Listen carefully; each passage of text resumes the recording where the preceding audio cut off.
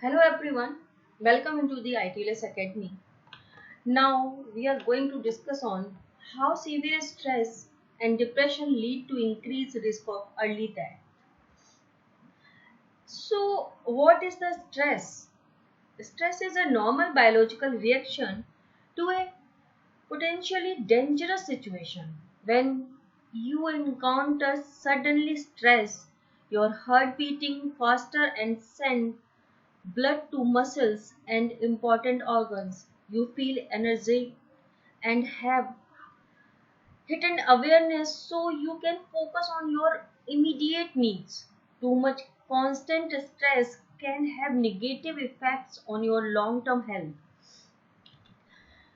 So, stress is the body reaction to any change that require an adjustment or response. The body reacts to these changes with physical, mental, and emotional responses. You can experience stress from your environment, your body, and your thoughts also. So now, next thing is what is depression? Depression is a mood disorder that affects moods, thinking, feelings, as well as the behavior of an affected person. Some people experience these feelings very intensely. Some experience it for long periods of time. It could be week, month, or even year, and sometimes without any apparent reason. So, depression is a common word, but seriously, mental illness typically marked by sad or anxious feeling and manifests itself in the reduced efficiency. Depression can describe a normal human emotions. It also can refer to a mental health illness. So here we can differentiate what is the difference in stress and depression. So stress is not a mental health condition. Stress typically resolves as life event changes. It tends to have an obvious trigger like a move or illness. However, stress can lead to mental health problems like depression if it persists over long period without relief. So now, depression is a mental health condition that require a medical diagnosis. While stress is related to life event, depression can happen even if everything in life seems fine and it can last for years. Now we are going to discussing about the epidemiology. Prevalence of mental health disorder by disorder type.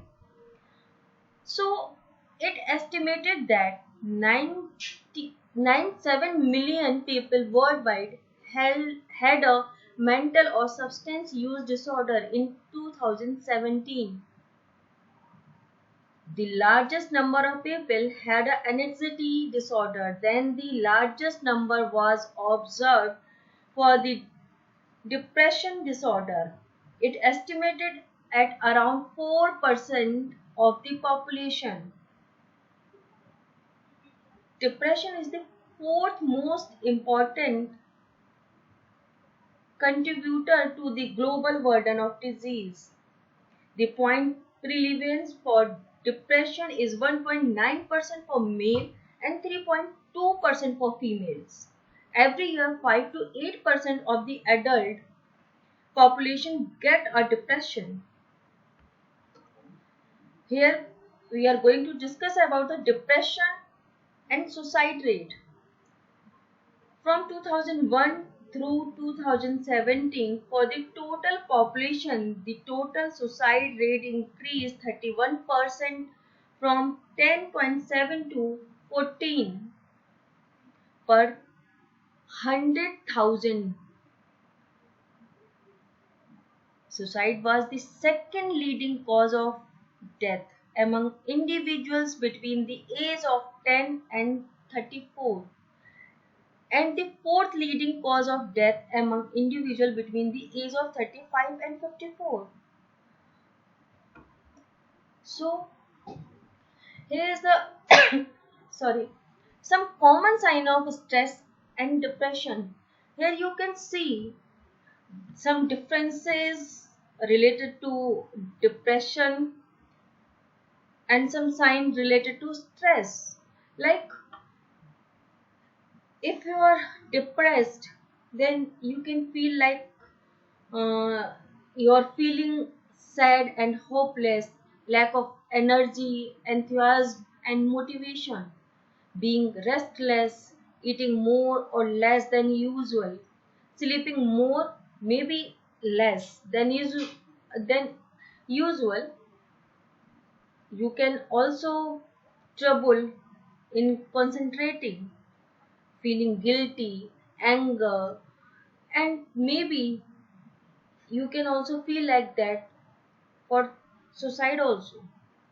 But if we are discussing about the common sign of stress, then you can be trouble in sleeping, problem with memory, problems with concentrating, feeling nervous and anxious, feeling angry, maybe you we can say like that, frustrated also, trouble frustration in classroom or maybe in personal life. So here we can see the difference in depression as well as um, stress. So now we are going to discuss about the stress and depression. The physical changes, it could be by the depression or stress. It could be like gastrointestinal problems, headache, other aches and pains, chronic fatigue or sleeping disorder, weight loss. It could be weight gain also, sweating or chills, tremors of the muscles twitching, being easier startled, immune system disorders, sleeping problems, weight changes, appetite changes, lack of energy, joint or backache. So now we are going to discuss types of depression. Here we are discussing about the three types of depression. First one is major depression. So major about major depression, we can say like that most people feel sad or low at some point in their lives, but clinical depression is marked by a depressed mood most of the day, sometimes particularly in the morning, and a loss of interest in normal activity and relationship. Some common sign of major depression could be depressed mood most of the day, diminished interest or pleasure, significant weight loss. It could be greater than 5% in a month, and insomnia, hyperinsomnia, nearly every day, feeling of worthless or guilt, or maybe recruit through thoughts of death. Now we are going to discuss about the minor depression. What is the minor depression? We can say like that minor depression is a mood disorder that does not meet the full criteria for major depressive disorder, but at least two depressive symptoms are present for a long time. These symptoms can be seen in mainly different mental disorders, which can lead to more specific diagnosis of individuals' conditions. Some common sign of minor depression could be often referred as a dysthymia. Symptoms are same as major depression, duration of at least 2 years. Chances to develop into major depression it, if it is not treated. Now, third one is bipolar depression. Bipolar depression is a mental illness marked by extreme changes in mood from high to low and from low to high. High are, Highs are periods of mania, while lows are periods of depression. The changes in mood may every become myth, so you might feel elate and depressed at the same time. Common sign could be feeling overly happy or high for long period of time, having a decreased need for sleep, talking very fast, often with racing thoughts, feeling extremely restless or impulsive, having overconfidence in your abilities, engaging in risky behavior such as having impulsive sex, gambling with life savings. So, next topic we are going to cover is causes and risk factor of depression. Some factors that can contribute to depression includes abuse. First one is abuse. Past physical, sexual or emotional abuse can increase the vulnerability to clinical depression later in life. If we are discussing about genetics, yeah, a family history of the depression may increase the risk. A new study shows people with a certain genetic mutation that cause them to produce less of the brain chemical neuropeptide Y and NPY have a more intense negative emotional response to stress and may be more likely to develop depression than others. Third one is substance abuse. Nearly 30% of people with substance abuse problems also have major or clinical depression. Even if drugs or alcohol temporarily make you feel better, they ultimately will aggravate depression. If we are going for discussing about female sex hormones, so women experience major depression about twice as often as a man. Women are especially prone to depressive disorder during times when their hormones are in flux, such as around the time of their menstruation period, pregnancy, childbirth, and premenopause. So, poor nutrition also can be a cause for the depression. A poor diet can contribute to depression in several ways. A variety of vitamins and minerals deficiency are known to cause symptoms of depression. Physical health and certain medical condition uh, are also a factor for the depression. You may be more likely to experience symptoms of depression if you have a chronic illness, sleep disorder, or thyroid condition. Depression rates also tend to be higher among people who have chronic pain, diabetes, multiple sclerosis, and cancer. And yes, last one is brain chemistry imbalance.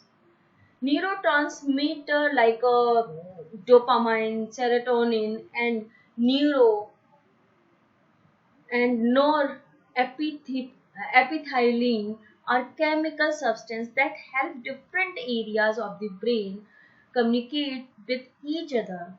When certain neurotransmitters are in short supply, it may lead to the symptoms we recognize as a clinical depression. Tips for the reducing stress.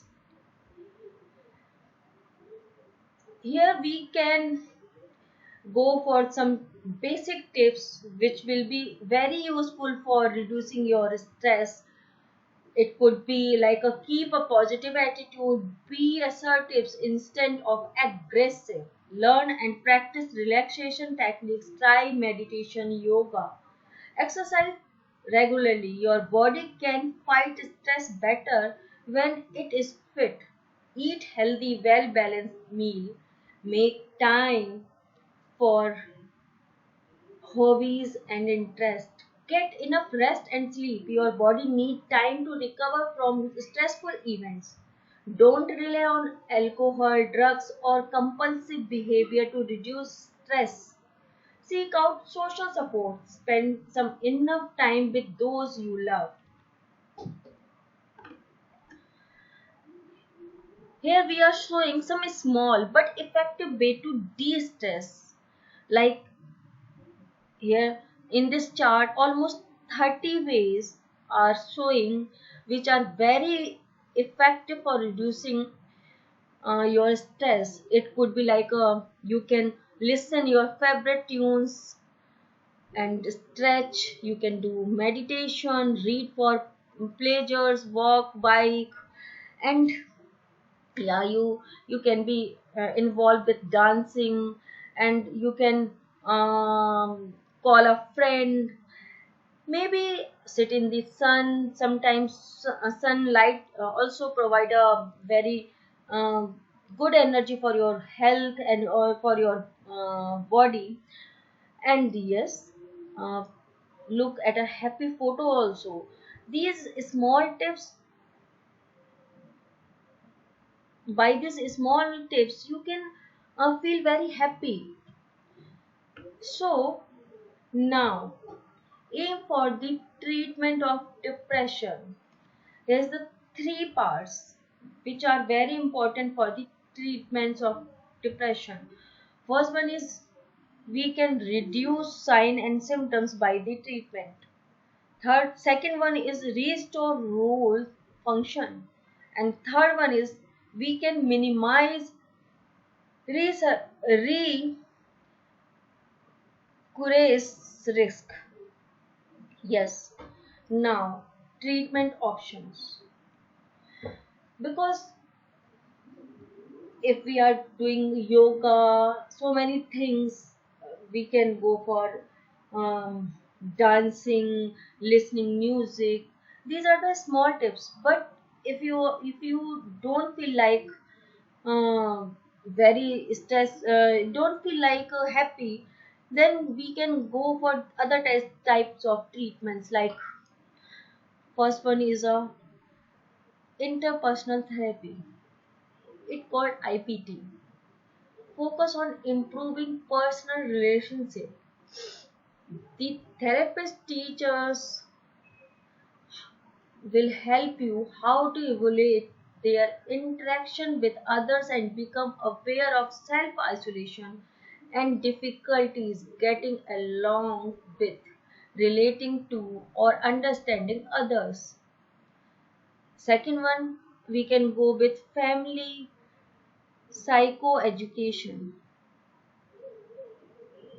Yeah, family physio education. So, family physio education help to reduce distress, confusion, and anxiety within the family and help them cope with the situation so that they are able to provide care and support to their loved one who is affected with depression. Third one is physiotherapy. Some studies have found that the combination of medical and physiotherapy treatments provides better result than medication alone. During this treatment, you will learn new ways to handle the challenges and mindset that depression can bring on. If your depression is mild to moderate, physiotherapy may work as well as an antidepressant. Third one is cognitive behavior therapy. This is called CBT. Is an effective and evidence-based therapy that is beneficial in treatment depression. It helps in changing the negative thinking pattern and behavior associated with depression while teaching the person how to understand, control, and stop the negative thinking pattern that triggers depression. Antidepressant drug therapy also play a very important role for the treatment of depression. These help lift your mood and ease the sadness and hopelessness you might feel. Antidepressant tweak the brain chemicals so that your brain circulate work better. Last one is transcriptional magnetic stimulation. This is called PMS. Your doctor places an electromagnetic coil over the side of your scalp.